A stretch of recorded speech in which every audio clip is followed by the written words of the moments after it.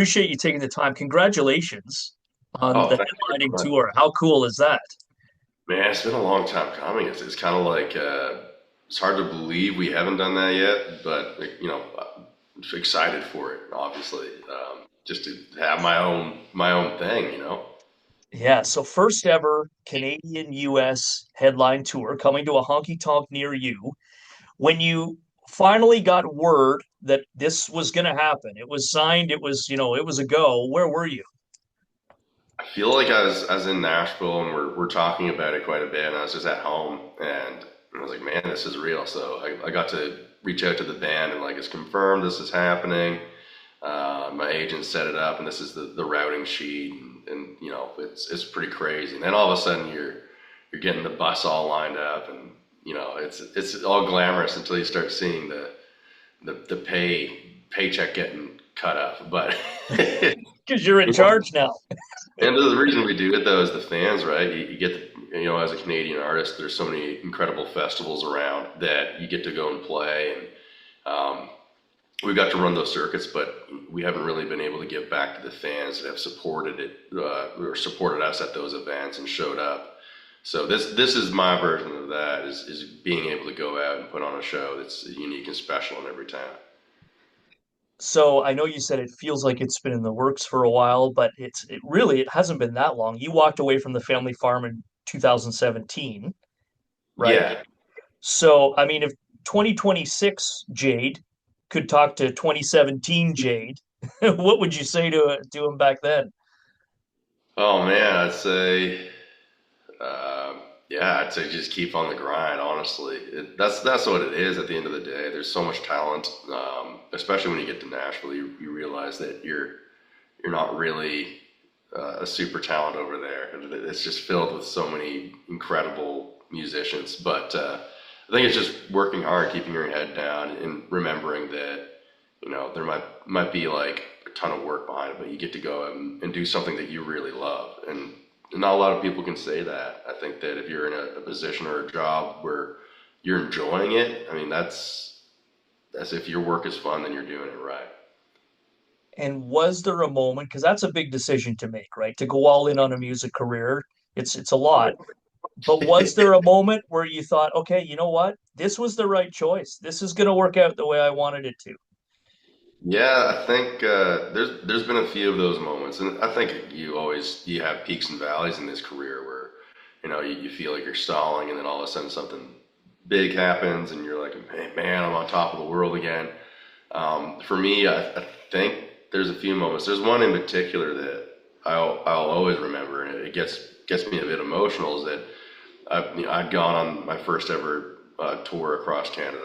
I was opening up a show, and I was like basically early in the night, and we played. I think it was in Barrie, Ontario, of all places. And I remember playing that show, and I played "Got Your Name" on it, and then I couldn't hear my own singing through the crowd singing my song back to me, and that was like I had to kind of like get choked up even talking about it. But when you hear that and you know what you come from and how hard it was to get to that point, it makes you really grateful, and it makes you just a whole new feeling of wholeness because you realize it's a possible thing, and that's kind of the mentality I'm taking into the U.S. right now, where we're touring all over the place and we're building that out fresh, and it's the same process times 51 with all these different or 50 states, whatever they want to call. I don't even know anymore, but you go across and you're doing that all over again. And you're like, you know what, I have this incredible fan base back home that they prove that these kind of dreams can come true, and you have those little moments, whether you play in Texas and there's like three people that drove 2 hours to see you because they're fans. Like that to me is a moment. Whenever I interview an artist, I always do something called first song challenge. So the Yeah. challenge is, do you remember the very first song you ever wrote, and can you sing or recite a line? And I'm I talking can like the very first song. So back to when you were a kid. Oh, when I was a kid, there was a song. It's pretty embarrassing. Um, yeah, I was I guess I was like getting bullied in school or something, and I went home. I was like 6 or 7 when this happened, and I wrote. My grandpa had this karaoke machine that you could record, and like recorded this obnoxious like song about like being alone or something, and it was like skipping rocks across a pond or something. It was really corny. I think it was like here I am in this same how is it like empty home, just feeling all alone, going for a walk on my own, skipping rocks across. It's just ridiculous. But I thought I was gone. My Aunt Ruth, she found the tape. She found the tape and she sent it to me, and I was like, oh no. But for some reason at that age, it was like the height of Blink 182. So it was in the style of Blink 182, even And though, now I have. Now I'd love to hear it. oh, you not a chance in hell, buddy. It's bad. You Even my wife was like, I don't know if, like who this is, but this is an angsty 7-year old for sure. I was awesome, I thought, but yeah. you made your Opry debut in October of 2024. People always get advice before they head out into the circle, right? Somebody always says, "Okay, here's what you need to do." What was the advice given to you? Was there one piece that you remember? Yeah, it was basically enjoy every second of it, and just remember that it's your moment, and take your time, which I did not do. I rushed through it, and because I was terrified. I'm still terrified when I go back. It's just a heavy feeling. It's a very heavy feeling being in the circle and knowing who was there before you and the people that you look up to, all were in that circle. And there's like this imposter syndrome almost that comes over me where I'm like I'm supposed to be here.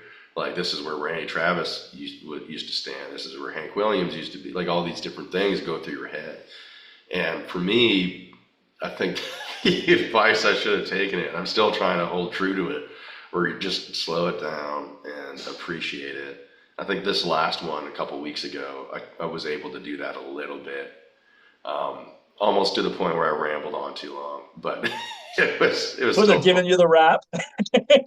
Oh yeah, yeah, Well, there's a great clip of you when you make your debut and you say something along the lines of you're in rehearsal and you turn to the band and say, "We're going to do this in double time because I'm going to be so nervous," or something like that. So that's to your yeah. point. Yeah.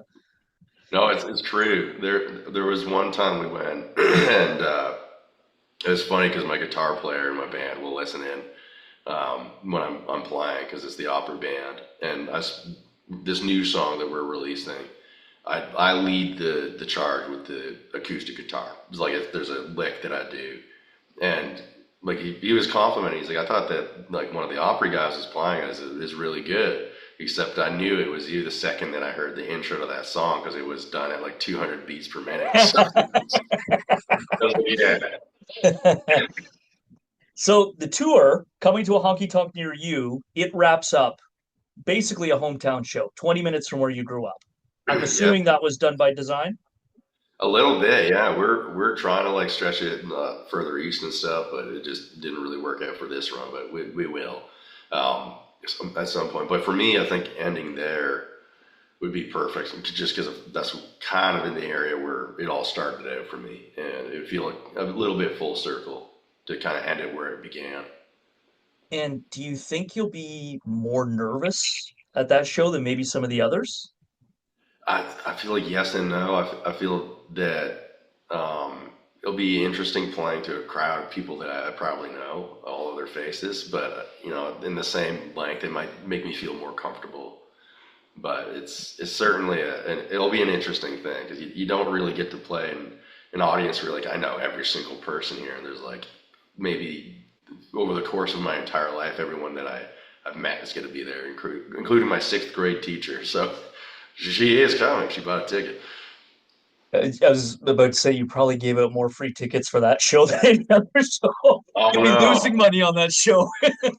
Oh no, I made them pay. There's a lot of companies. I have friends that were like, "Hey, like we appreciate you playing, but I think we're gonna put on some the radio at this one." And I was like, I get it, but I'm like, I'll make you pay something. And here we are, making them pay. The you kind of touched on it, but now that you're headlining, what is something that is sort of unglamorous that you went, oh, I guess I got to be in charge of that now? What would that be now that you're the headliner? Um, there's nothing too bad in that sense, but what I'll say is playing later. The beauty of opening up earlier is that you're done and the stress is off and you get to enjoy a show. And that's kind of when we did those Cody runs with Cody Johnson. It was awesome 'cause we wrapped up and then I just sat side stage and watched him tear it up. And the same thing with a few other artists, but like that's the only downside or the only thing, but ultimately it's just kind of it's nice because you're kind of in control of the narrative there, where you're like, okay, I can play a little bit longer and play this kind of thing, and if you're an opener and you play over, they'll pull the plug. So you try not to. And is the family on tour with you as well? You bring them or So for some of it, my wife's got to come up with our youngest, our oldest boy, and I'm not sure if we'll bring the youngest yet. He's a little crazy, a little naughty. He's the American kid of the bunch, so he's a little wild, but I say that at the U.S. shows. I'm like, yeah, I got a Canadian kid and an American, and he's the naughty one, and they get enjoyment out of that. But he's you know probably just my oldest, and he might come out to the family shows. There's maybe one or two that are all ages, and he'll come out to those. awesome. Well, we got to see you last summer in Mattawa at Voyager Days. You played the festival here. And so for those who caught you, want to see more or didn't see it, Toronto, Ottawa, Peterborough, among the shows that are within driving distance from here in North Bay. Other than the tour, and I know that's the big focus, but what else is coming up in 2026? A lot of new music. I mean, we kind of took the year off and did a little bit of a hiatus just to really focus on writing because I feel like I haven't had my hands all over the project in a writing sense. Definitely like production and where instrumentally where the thing goes, but there's something to be said about being there start to finish because you know in your head how it's supposed to go, and production becomes a lot easier too if you're just involved in the whole process. So for me, we've got a whole ton of songs that are just, we could probably release like an album or two just with what we have. But the beauty of that is that we can kind of pick the best and, be in a more competitive space than we've been before. So we're excited about that. And there's tons of it. And we've got a really exciting future coming up in the new year that I'm very stoked about. Including the 7-year-old angst-filled track. Yeah, yeah, yeah. That'll be a bonus cut, right? It could be. It's funny though, 'cause I think I had a pretty deep voice for a 7-year-old. Because my wife was like, "How old were you? Like 12?" When I was like, "No." I was like, "I think I was like 6." She's like, Awesome. Well, thanks for doing this. Congratulations. That's awesome. And we're as Canadians, we're so proud of you to see you doing your thing down south as well. And we look forward to seeing you soon. "No." I'm proud to represent Canada over there. It's pretty proud of where I come from.